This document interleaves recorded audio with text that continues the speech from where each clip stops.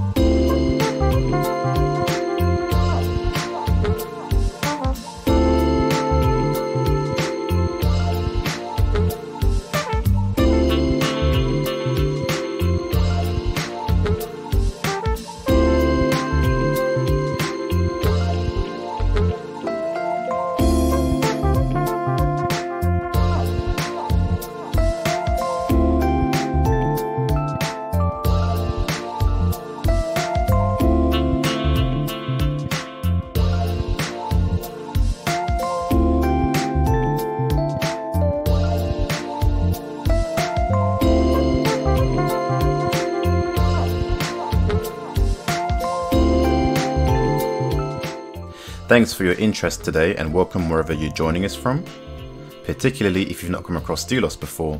We'll be starting in a few minutes.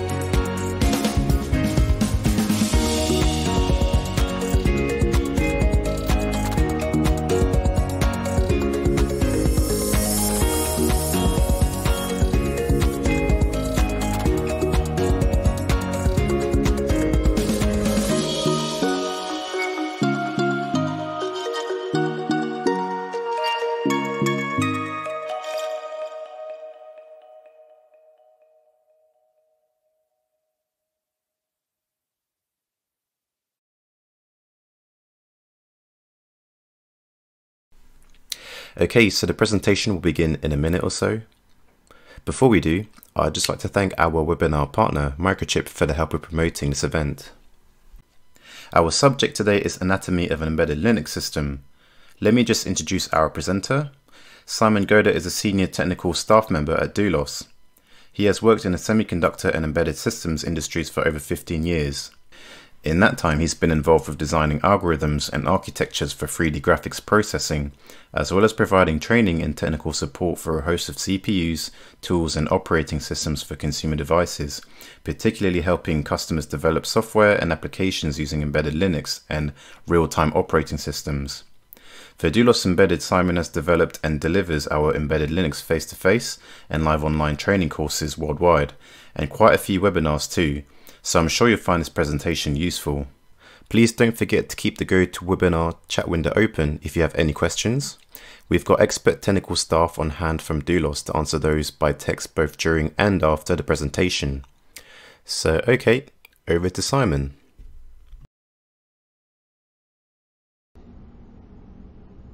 So today we're going to talk about the anatomy of an embedded Linux system.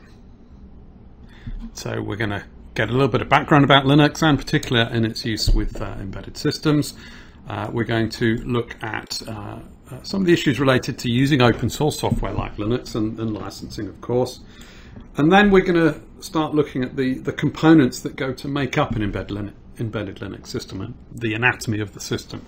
We'll look at the toolchain, the bootloader, the kernel, and the file system, and it's these four main components that we can say make up our embedded Linux system.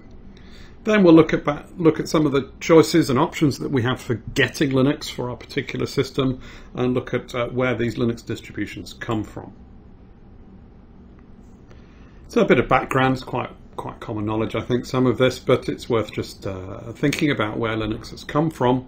It was originally written back in 1991, so a long time ago now, by a Finnish software engineer called Linus Torvalds. He was aiming to produce a Unix-like operating system that ran on his desktop PC. And he made that software available, and other people took up the challenge, and there was a large developer community for Linux by the mid-90s, and it's really gone from strength to strength since then. The commercial aspect of Linux came on quite quickly in many ways. Although the software itself was free, companies like Red Hat, for example, got involved making free software available, but with paid for support, paid for installation media, and so on and so forth. Uptake in servers is obviously very high. I mean, the world is run off servers and cloud-based services, most of which are run using Linux. On the desktop, it's a bit more niche, but what we can see in, for example, the mobile market through the Android operating system, which is built heavily on top of a standard Linux system and has over 70% share of mobile devices. And of course, Linux is extensively used for embedded systems, increasingly used for embedded systems. This fellow here is called Tux. He's the Linux mascot and has been since 1996. So, in embedded systems, Linux has been ported to a huge range of architectures. Some examples we can see there. And these figures are maybe slightly out of date now, but some data showed that about 60% of embedded systems that were shipped were using the Linux operating system. So we can see that some devices use a real-time operating system, either commercial or open source, and a lot of devices use Linux, and typically that will be genuine open source Linux. And Linux is finding its way into things like automotive. Many cars now have a central system which is powered by Linux. Home entertainment, of course, industrial applications, and so on and so forth. So why would we use Linux for an embedded system? Well, we can see some of the pros and cons of using Linux shown on this slide. Looking at the pros first of all, as we've seen, a huge range of architectures are supported by Linux out of the box, so no new development work is required. And that we can extend that to other hardware, peripheral devices, human interface devices, screens, sensors, all sorts of different storage devices are all supported by Linux out of the box, if you like. So it reduces the amount of software development that's required. We also have, in terms of software components, a huge choice available to us. there's lots of different ways to achieve the goal that you have in mind for your project. All of these things really can be attributed to the fact that Linux is open source software. The fact that when people write support for new hardware or a new architecture or new software components for audio, video, graphics, whatever it might be, that code is made available to the world using the open source licensing that we'll look at a little bit later. If we want to look at some of the negative aspects of using Linux, we've put choice here as a con. That choice can be maybe problematic. It might be hard to know where to start with an embedded Linux system, but as we'll see later, some of the ways we can generate a Linux distribution for our device can help with that. There potentially might be a skills gap with working with this software. It maybe doesn't work in the same way as the real-time operating system that you're used to using. We've put licensing as a con here, but it isn't a con, and it shouldn't be a con. But if it's ignored or not dealt with correctly, then it could be a problem. And we'll look at licensing a little bit later on. The other main reason why Linux may not be appropriate for your system is if you have what we could call a hard real-time requirement. So in an automotive context, we can use automotive to demonstrate the difference. The engine management, the braking systems of a vehicle, control systems of a vehicle have what we could call a hard real-time requirement.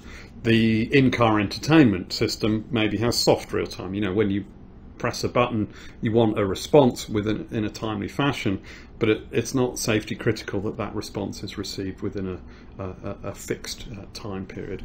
Linux, as we'll see later, can only provide what we could call soft real-time behavior.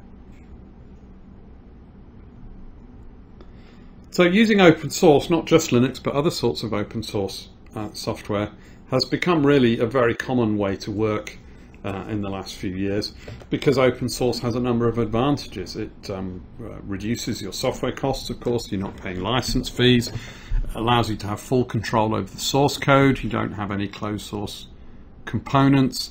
And by using software that other people are using and developing, of course, the quality is going to be better. Bugs are going to be found and fixed. And it's easy to evaluate new software. It's all just out there for you to make use of. And so one way to think about it is that the open source community provides a virtual development team for your project, that when you're picking up a commonly used piece of open source software like the Linux kernel, you're benefiting from the work of thousands of software developers around the world. And if we look at the Linux kernel, this includes employees of the big software companies that you're familiar with, the big silicon vendors, and thousands of other organizations.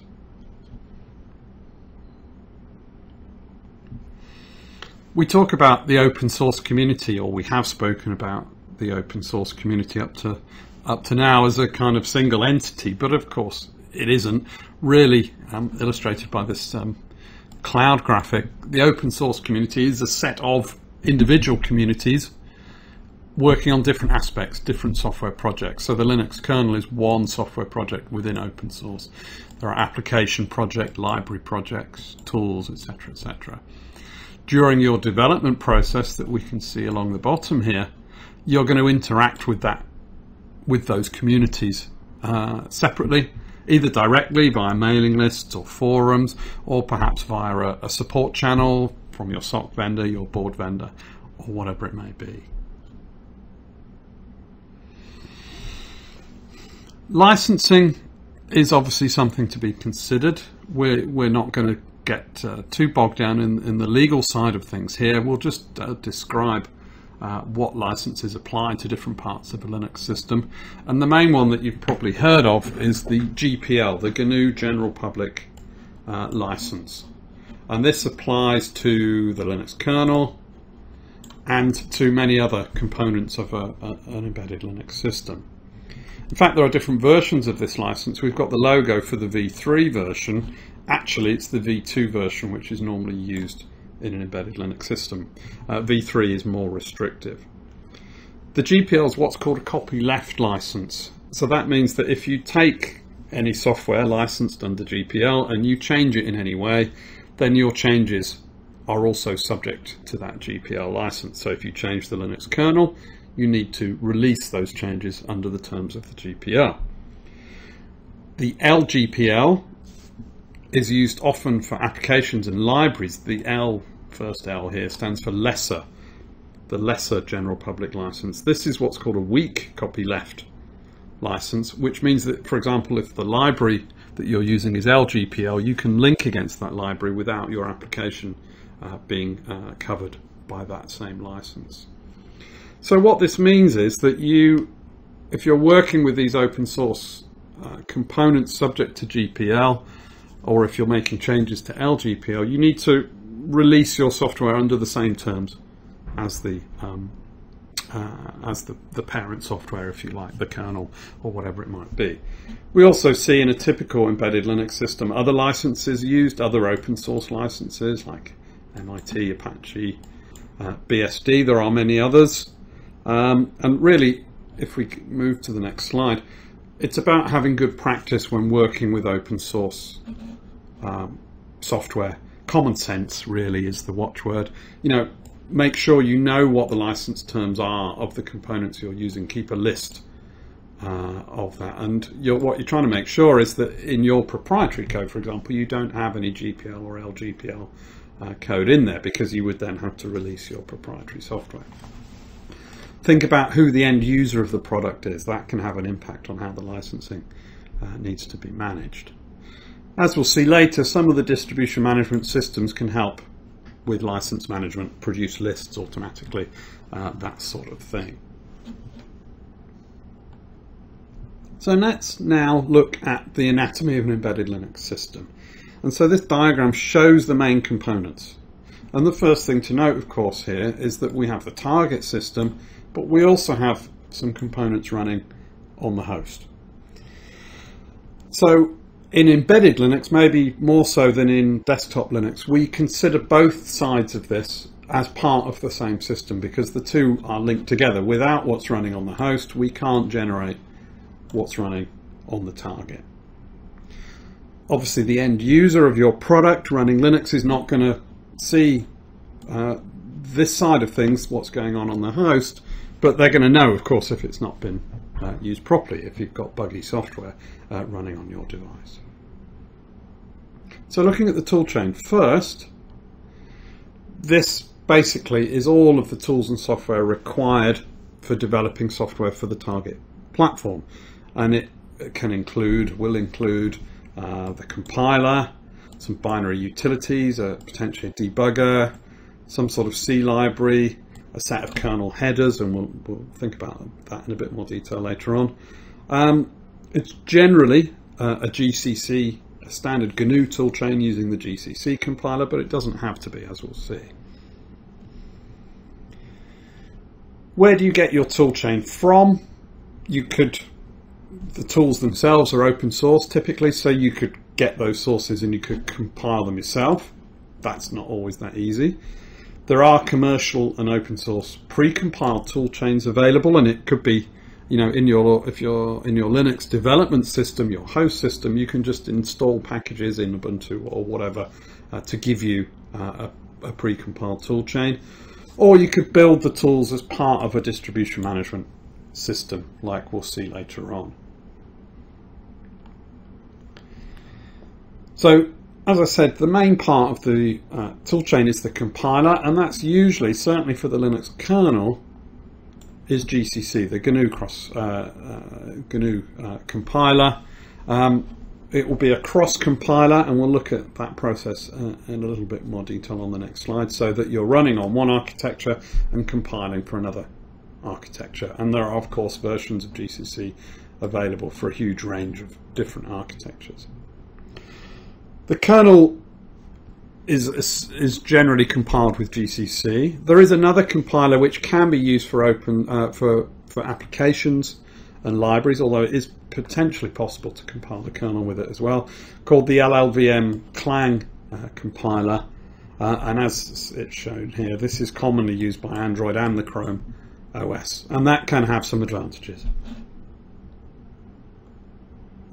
So cross-compilation, here we're showing it for just a single C file, is the process by which we run a compiler on our host, so an x86 compiler that compiles code that runs on the target, whichever architecture that we happen to be compiling for. And so this is the most commonly used process. There's a couple of other flows shown on this slide. One is where we actually have a version of GCC that runs natively on the target. That, during development certainly could be a quick and easy way to compile for the target. And also we can see a version of GCC running on the host, which is not a cross compiler, it's a native compiler to generate x86. And we could do this if we're testing an application, for example. We could just test it on our host, build and test on our host before we then cross-compile for the target. For debugging, your cross toolchain will almost always contain a version of the GNU debugger, GDB, and it will be a cross debugger. So it will be in the same way that the cross compiler generates code to run on the target, the cross debugger understands that code. It allows you to debug code running directly on the target, and usually that's done using a target program called GDB server, which gives us a kind of proxy allowing us to cross debug the application, usually over an Ethernet connection between host and target. For the kernel, we have a slightly different picture. There is a mechanism inside Linux called KGDB, which can be used to cross debug, but that's not always that straightforward. Another approach is to use a piece of hardware called a JTAG, a probe device which makes a hardware connection to the target, talks directly to the CPU, and allows you to debug the kernel and even early stages of the boot process. But that does require extra hardware and typically extra software as well. The most useful and most commonly used tool for kernel debugging isn't shown here. In fact, it's a print statement referred to as a printk, which we can place into the kernel code and get output. The binary utilities is part of a standard GNU toolchain. It's a bunch of, as the name implies, utility programs for working with target binary files. Included in that is things that are used in the build process, like the linker, the assembler, tools for analyzing binary files during a debugging process, for example, converting from addresses to file and line numbers and things like that. So you may well have used these outside of the Linux world when using a GNU toolchain. Linux also provides a really rich set of tracing and profiling tools that you can make use of. Some of them have graphical front ends, as you can see in this slide, and these can be very, very useful for performance analysis, also for debugging to find out what's going on in your system. And so that's it's a benefit of open source, that people are writing these tools and making them available for free. We said earlier that the kernel headers were part of the host development system. So that's because when we're compiling our code, we need to compile it against a version of the kernel and the header files for that version of the kernel. So the header files effectively provide the interface from the application, usually via the C library, into the kernel itself. The kernel provides a set of what are called system calls. These are then used by the C library generally. So your application can ask the kernel to do things in the system, open a file, display something on the screen, whatever it might be.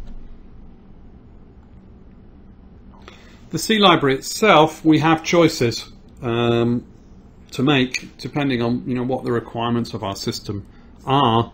So the C library provides this interface between applications and the kernel. You just need to write C code. You don't need to worry about the underlying kernel APIs. And so for an embedded Linux system, we have several choices of C library available. The standard choice is the standard GNU C library, glibc. Another choice called MUSL or Muscle is fairly recent. It's been written from scratch to be standards compliant, so compliant to the C standard, but small and lightweight. It's generally slower than glibc, but it's much smaller, so you'll need less storage on your device. Another C library designed to be small is uclibc, less commonly used these days, but is available. And there are others not listed here. And so, for example, in an Android system, the C library is come out of the Android project. It's called Bionic, and that's something else you can look at. So now we can move on to the target, and we're going to first just take a brief look at the bootloader. What is the role of the bootloader? It's responsible for loading and running the Linux kernel when the target is powered on. So it's a piece of software that will take a kernel image from some storage device and load it into the system memory and start that kernel running. Now the boot process will be very specific to the particular device that you're using, determined by the SOC vendor, the architecture, but we typically are using a bootloader called U-Boot. This is the most commonly used bootloader in embedded Linux systems across a range of architectures. So it's a multi-platform open source bootloader, GPL licensed, and it has comprehensive image management support. So it's more than a bootloader in many ways. It can be used for updating images, for testing memory, validation of hardware, and so on and so forth. It comes with an interactive shell, so during your development process you can use it as a test bench or a development environment, if you like, for the target. And it supports lots of different sorts of storage devices, reading images from flash, writing to flash, writing to disk, SD card, whatever it might be. The kernel, the Linux kernel, we've talked about a lot already. It's the heart of an embedded Linux system. What does it do? Well, Linux is an operating system. The kernel provides the things that an operating system needs to provide. So we can see some of those listed here. The management processes, so we have a multi-process operating system. The management of memory, the communication between processes, file system support, networking support, power management, device drivers for hardware resources, and so on and so forth. It provides a set of APIs to access system hardware, but in a way that is independent of the hardware itself. When you write your C program, you don't need to know whether you're opening a file. You don't need to know whether the file is on a disk connected via SCSI or on a USB key plugged into the USB port on your device, or indeed is written into some raw flash on your hardware. It manages the hardware resources and manages the usage of the hardware. Make sure, for example, that concurrent accesses to the same device are handled properly. And as I said, the kernel provides a set of APIs, a set of system calls, over 300 of them, which are kind of wrapped up by the C library that you're using. So working with embedded Linux means working with the kernel source tree, and the kernel source tree is going to look more or less the same, independent of where you actually get your kernel from. It's laid out like this, with these directories and other files. This layout has kind of evolved. You wouldn't necessarily lay the code out like this if you were starting from scratch, but we can pick out a few important things here. This makefile is the top level makefile that's used to drive the kernel build system, and we'll see how that works on the next slide. This Arch or Arc directory contains 10 to 20% of the source base in terms of the amount of code in there. So that contains subdirectories for all the supported architectures. What else can we pick out here? The drivers subdirectory is about more than half of the source base, all the different sorts of hardware that the kernel supports. So this is hardware which may be part of the device, part of the SoC, but also all the peripheral devices. So you'll find directories in there with drivers for keyboards, mice, screens, hard disk drives, and other things. Documentation, very important directory. There's a lot of kernel documentation. You'll find yourself using that quite a lot. So part of working with an embedded Linux system is getting familiarity with this source base, looking at the source base. So for example, if you're writing a kernel device driver for some peripheral, you've got the ultimate reference. Within that driver subdirectory, you'll see drivers for hundreds of devices, and you almost certainly will find one that looks a little bit like the one that you're trying to write. So we saw this top level makefile, and in order to use that makefile, we need to tell the build system what architecture we're building for and the name of the cross compiler, the version of GCC that we're using. And we can see an example of that here. So we do that using two environment variables, one called arc or arch and one called cross compile. And that tells the build system what you're building for and what compiler you're using to build. Obviously that compiler must also be on the path. It basically takes the contents of the cross compile variable and then assumes your compiler is that GCC and will look for that compiler. The kernel also takes what's called a configuration, and as part of the board support for the particular platform that you're using will be a default configuration that tells the kernel what hardware needs to be supported and what software options need to be enabled in order to build a kernel for this particular device. And that can be set via the make system using what's called a def config, so the name of the board _ def config. That gives you your starting point configuration. We can use a tool called menu config, again via the build system, to modify that. Maybe we want to switch off certain features, enable certain features of the Linux kernel, and we do that using menu config. Once we have that configuration how we want it, we can compile the kernel binary. VM Linux is the name of the kernel binary for historic reasons, VM for virtual memory.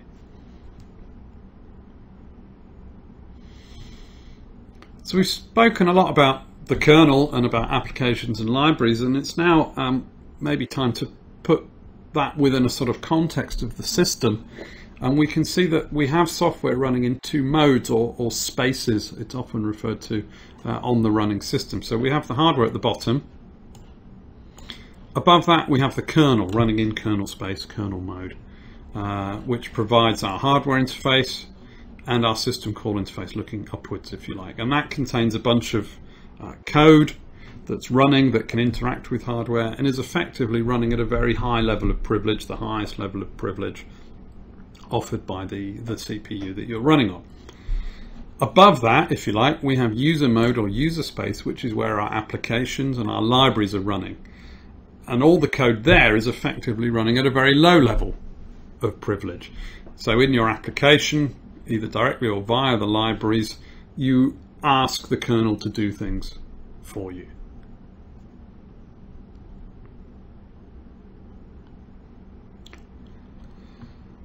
Within the kernel space, in the kernel space or kernel mode, we have the kernel itself, which is a single binary running, effectively a bare machine binary running on the CPU. We can also load and unload chunks of kernel code, pieces of kernel code, which gives us some sort of dynamic control over what's running within the kernel in kernel space at any given time. And these are called kernel modules, and these can be loaded and unloaded from the file system dynamically while the system is running. And so we can use this, for example, to create a very fast booting kernel by stripping it down as much as possible and then only loading device drivers, for example, when we need them. So when you plug in a USB device to your system, the relevant driver is loaded rather than being loaded at the beginning of time. We touched on real-time earlier. The kernel is not real-time, not time deterministic. If you request the kernel to do something, there's no guarantee of when that request will be met. But it does have a lot of features by default or available via patches, particularly from a project called the PreemptRT project, which allow us to meet what we could call a soft real-time constraint, the example we gave earlier in automotive. If you've got a real hard real-time constraint, things have to happen in a deterministic way, then there are mechanisms where we can extend the kernel with extra software. There's a project called Xenimi, which, for example, which is an open source kernel adaptation layer, or we use additional hardware is a choice that's often made, so that we have an extra, on a multi-core device, an extra core that runs a real-time operating system, for example. Let's now look at the file system. This contains basically everything we saw earlier. If we go back to this diagram, contains all of the stuff that's running in user space. C library, other libraries, applications, so on and so forth. So what's in that target root file system, as it's referred to, is very dependent on, you know, what the device is actually doing, what you need it to do, what the applications that are required. But there are certain common elements that are required in a target root file system, and in many ways we can consider this a sort of minimum set of requirements for that target root file system. And so the first of these is what's called the init application. So this is the first user space process. When the kernel boots, it will look for this init application and will start running it, and that init application then brings up the rest of the user space processes that are going to be running. We typically have a shell and a set of tools that allow us to work in that shell. All the standard commands, ls for list, you know, cd to change directory, all of those things are running inside a shell. We have a C library typically, so we can run other applications. We have a set of what are called device files. So these are special files that provide applications with an abstracted view of the hardware. This is the main interface that the kernel provides for applications to talk to hardware. If you have a Linux system, these are in the /dev directory. We also almost always mount a couple of virtual file systems called the procfs, the processfs, and the sysfs, the system file system. These are virtual in that they appear to be part of the file system, you know, physically resident on the disk drive or whatever it might be, but actually they're maintained by the kernel. They don't really exist, as it were, and they're a way of providing information about the system and some interfaces as well, some control of the system as well. So if we look at a snapshot of a typical embedded Linux file system, if we go to the directory called /, which I always call the top of the file system, but really that's the wrong way around. It's the root of the file system, the bottom of the file system.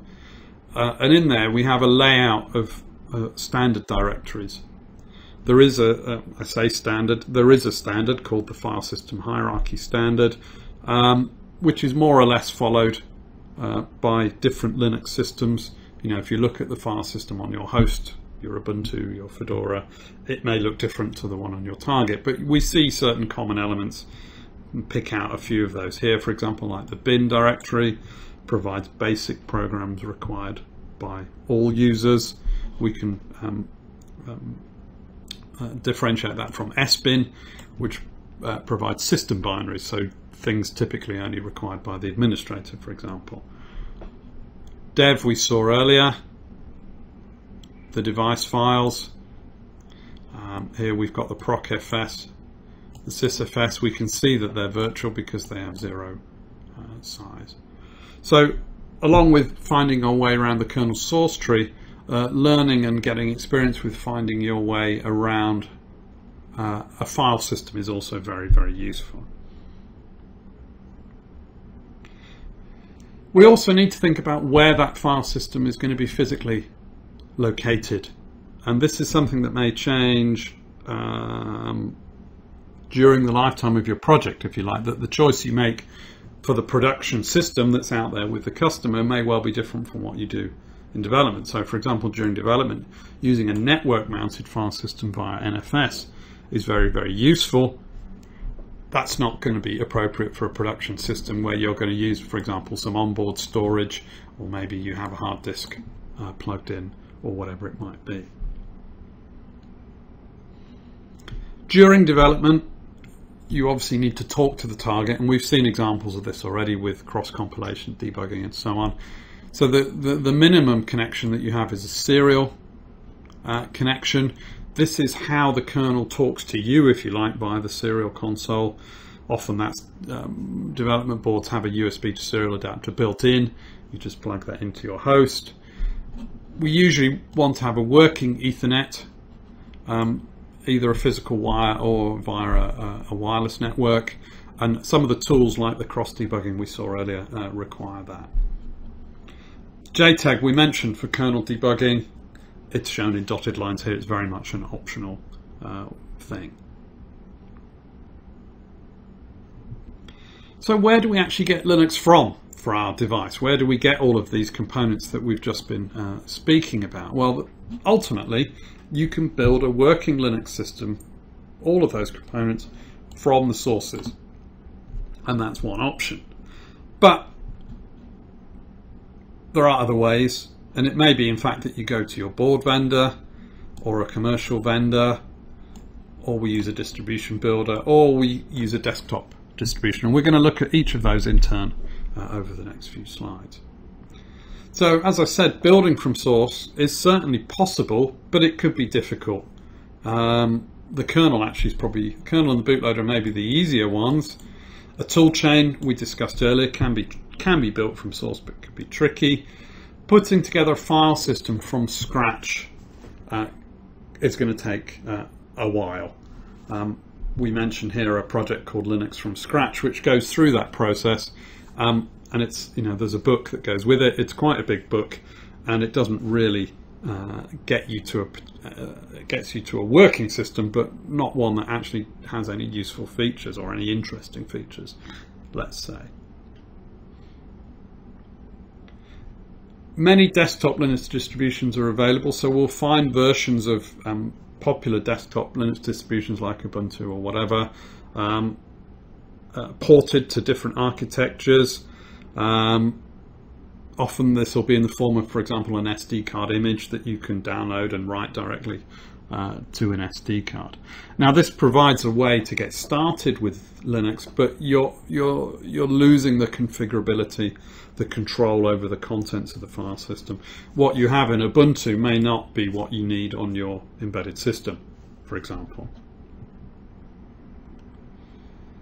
A step beyond that is what we could call a distribution builder or a distribution management system. And the first one of these that we're going to discuss is called Buildroot. It's basically a set of makefiles and patches that you can use to generate the entire system. All of the components that we've been speaking about can be built using Buildroot. It has a configuration interface as shown here, basically a sort of tick list of, you go through the interface, you select what you want to build, and then you run make, and after some time you get those components. We get out a tool chain, a file system with the packages in that we want, a kernel image, etc. Another distribution builder, and maybe one that's more commonly used these days, is called the Yocto project. It's been around now for over 10 years.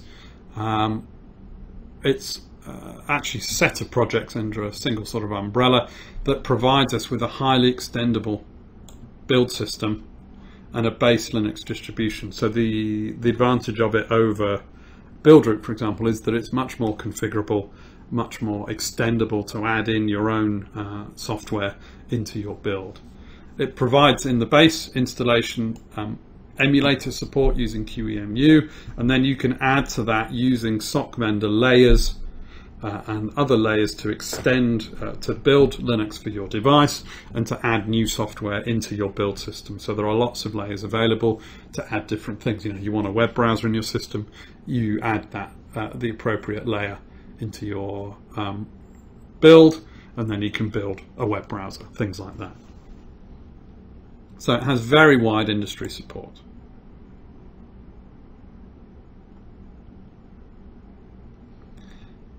Let's now look at the support for the RISC-V architecture within Linux, and in particular the RISC-V devices provided by Microchip. So the PolarFire SoC FPGA family of platforms from Microchip provide a supported ecosystem of devices that can run Linux, and we'll see that ecosystem in a bit more detail on the next few slides. So these are a really good way of getting started with RISC-V, and as we'll see, there is Yocto and Buildroot support available. So you can see, for example, the Icicle development platform there. So this Icicle kit is a really easy to use development platform. It's got loads of connectivity. You probably can't read the text on this picture, but we've got lots of different things connected like PCI Express, Ethernet, UART, SPI, I2C, CAN bus, and even a Raspberry Pi compatible header. So you can plug in all these different sorts of peripherals. We've got a load of software that comes with it. You've got the links there, support forums, and so on and so forth. So some of the example applications that come for free are really interesting. This little screenshot on the bottom right here shows one of those examples. So this is where we have a simple HTTP server running on the target, and then via a web page we present some analytics about the actual device itself, the voltages as shown here. So that's just an example of a nice little application that you get for free with the development kit. The Buildroot support is via an SDK that Microchip provides. So this is a sort of wrapper around the Buildroot development system we saw earlier. It's been tested on common host platforms like Ubuntu and allows you to build the entire system, generates your target root file system, generates SD card images, which you can then simply write to the card and boot your system. So that's one way to work. Another way to work is via Yocto. So we have a Yocto BSP, so we can integrate our support for the PolarFire into our Yocto-based build system. It uses repo manifests to install all the right versions of the right packages from the various repositories, and then we can, as with the Buildroot-based system, you can build your SD card images, etc. And it's important to note that Microchip is not favouring one or the other approach. They support Buildroot building or Yocto building equally, and so you can make the choice that suits you best within your system. So we've seen a lot there. We've had a very quick introduction to using Linux in embedded systems and looked at some of the advantages that Linux provides. The main one of which, of course, is the fact that it's open source, that we have this vast array of software out there, including the kernel itself and all of the hardware support that the kernel provides. It's all there, it's all for free, and we can make use of it. And we've seen there's a wide choice of Linux distributions, a choice of how we put together the Linux support for our particular platform. On a technical level, we've looked at the main components of an embedded Linux system. We've seen the toolchain, cross-development toolchain that allows us to compile those packages and the kernel itself and the bootloader to run on our target. We've looked briefly at the bootloader. We've seen how it provides the mechanism to actually start the operating system, to load the kernel into RAM and set it running. We've looked at the role of the kernel, the idea that it provides a platform-independent view of the hardware that applications can make use of. It runs the system for us. It's an operating system at the end of the day. And then on top of that, we have a file system, a target root file system that contains all of the libraries and applications that our system needs to run, but also it's here that we can choose, what is it that our device is actually doing? What interface do we need to provide to the user if necessary? Putting all of these things together by hand can be difficult, as we saw. So using a distribution builder or distribution management system like Yocto or Buildroot is probably the way forward for your particular development system. And we saw that if you're interested in developing on the RISC-V, that the PolarFire system has support for Yocto and for Buildroot, which can be used to generate quickly and easily an embedded Linux system to run on that RISC-V CPU.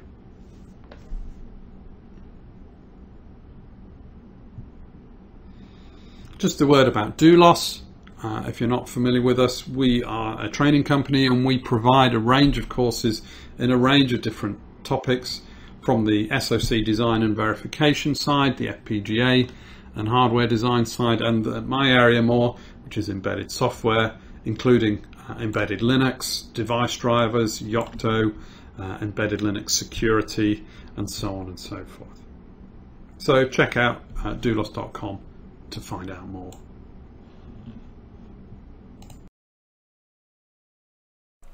Fantastic. Thank you to Simon for that presentation, and thank you for attending today. And also our thanks to Microchip for the support of this webinar. If you're interested in further training, Doulos has a range of Linux training courses available, including Developing with Embedded Linux.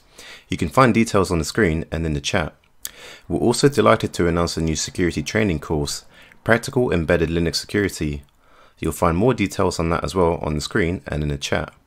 Please do visit our website doulos.com to see the full training portfolio. If you'd like more information from Doulos or about PolarFire from Microchip, please do leave your details in the final question of survey that pops up when you close the webinar window. We're going to stay online briefly now for any final questions you may have about the presentation. If you're unable to wait around, then we will do our best to answer your question and include it in the Q&A log. We will then send this to you by email early next week along with the link to the recording of the webinar.